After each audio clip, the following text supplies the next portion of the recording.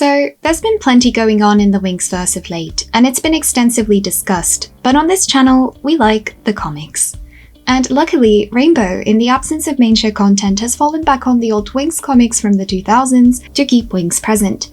So let's go over all the news regarding the English reprints of the comics, the new Italian compilations, and the Fate graphic novels. So in case you weren't aware, Fate the Winx Saga is still continuing as a graphic novel series from Maverick under Mad Cave Studios, which promise a resolution to the cliffhanger of Season 2 and even have the potential to just keep going with new arcs provided that the first 2 volumes are successful. The first volume, Dark Destiny, came out this summer to mixed reception, more about it here. Perhaps we can still call it a success though. The official release, for example, had to be delayed because they had not been expecting so many pre-orders, if I've understood correctly. Well, we've had our first look at the second volume this autumn, The Shadow War, which is projected to release in July of 2025.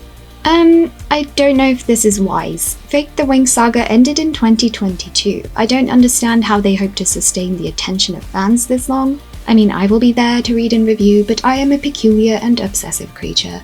One interesting detail about the second volume is that whilst Olivia Quaetero Briggs remains the author, the artist has changed. The artist for the first volume was Christian Leonardo Goudreau, and this time it will be Valeria Perri, an Italian artist. I'm a little bit sad because I think this must be because of fandom's very negative reaction to the art style, which was not unjustified, but maybe a little bit disproportionate. I just hope Christian didn't lose a job because of us, the Winx fandom. That being said, Perry's style does look to be something that the Winx fandom might be a little more amenable to. The cover still looks to be Christian's work though, so I wonder if it is final, or perhaps Valeria had to match the previous style. We'll see. Still remaining in the realm of Mad Cave Studios, Papercutz is continuing its release of English translations of the original Winx comics. The most recent release was Volume 3, Heart of a Fairy, collecting issues 7, 8 and 9. So this is the most exciting volume so far. Volume 1 collected the first 3 comics, which were pretty similar in content to what happens in the show, although they do have their own ways of making things happen. In Volume 2, Prisoner of the Dark and The Swamp Monster are new stories of the Trix's evil against the Winx. In Volume 3, Heart of a Fairy and A Job for Bloom are when we first start to see proper divergences from the canon. The former is an exciting story including an interdimensional flirtation for Musa, and the latter establishes an original and key location for the comics. But even if you are tempted, personally I would hold off from buying these 3 volumes separately because they will be releasing a compilation in February of next year including all 9 stories. The next volume, Volume 4, is projected to release in July of next year, and this confuses me. They were doing pretty well, releasing a volume every 6 months or so. Considering this is already established material, they're not being redrawn or anything, and with all due respect to the translation, editing and formatting processes, it feels like it should not be taking this long to release 3 stories at a time. It feels like they're treating this compilation as a release in the series instead of its own thing, which feels a little cheap of them. Also, the covers being boring was not a hill to die on, but at this point it may be hindering their sales. But I am ultimately happy that there is an official, organised new release of the Winx comics in English.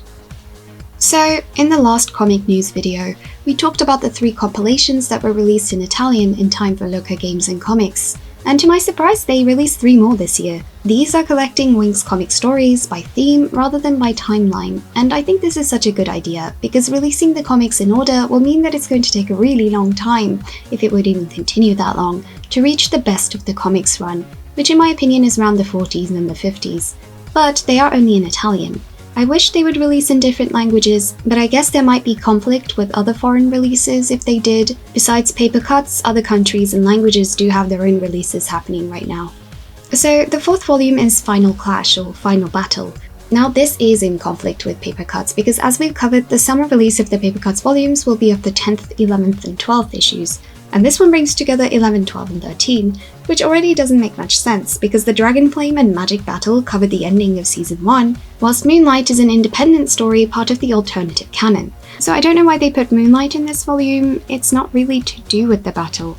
Volume 5, Ready or Prepared for Anything, is issues 19, 20 and 26. Monsters on the Loose is basically a recap of Season 2 as told by the Pixies, whilst the Winx and the Specialists return to Dark House Fortress to take care of his remaining monsters.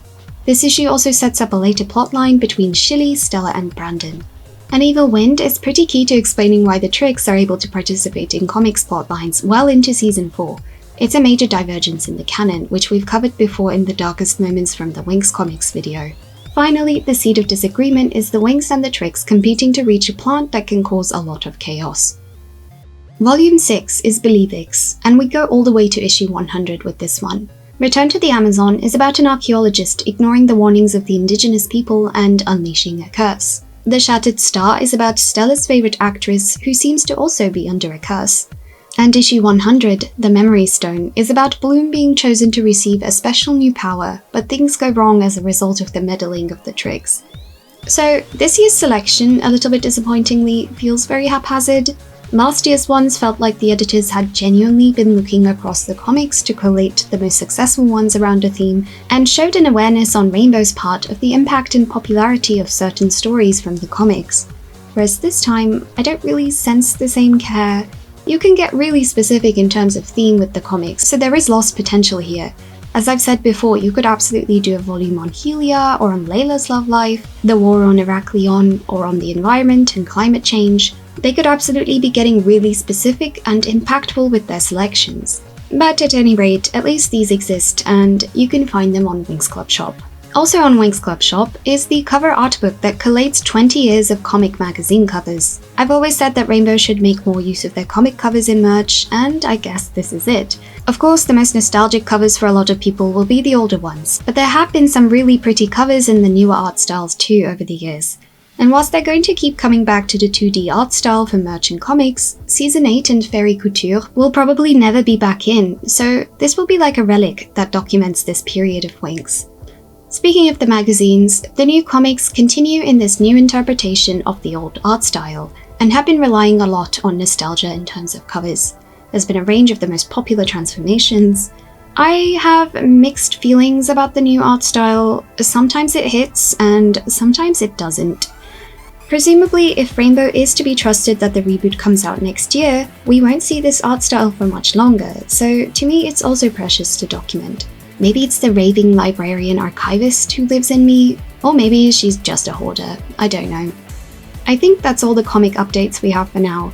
I love the Winx comics, so I'm really appreciating this era of their revival. One of the videos I'm working on right now is on the comics, focusing on potentially negative aspects of the storytelling and messaging, namely Stella.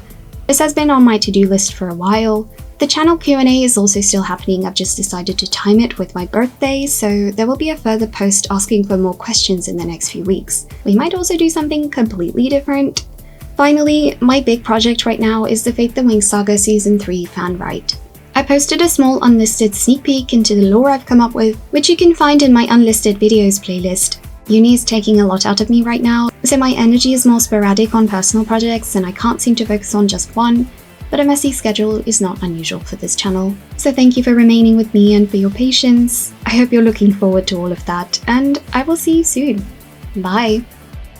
We wish you a Merry Christmas, we wish you a Merry Christmas, we wish you a Merry Christmas and a Happy New Year.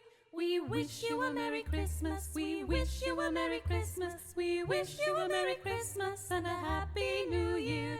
We wish you a Merry Christmas, we wish you a Merry Christmas, we wish you a Merry Christmas and a Happy New Year.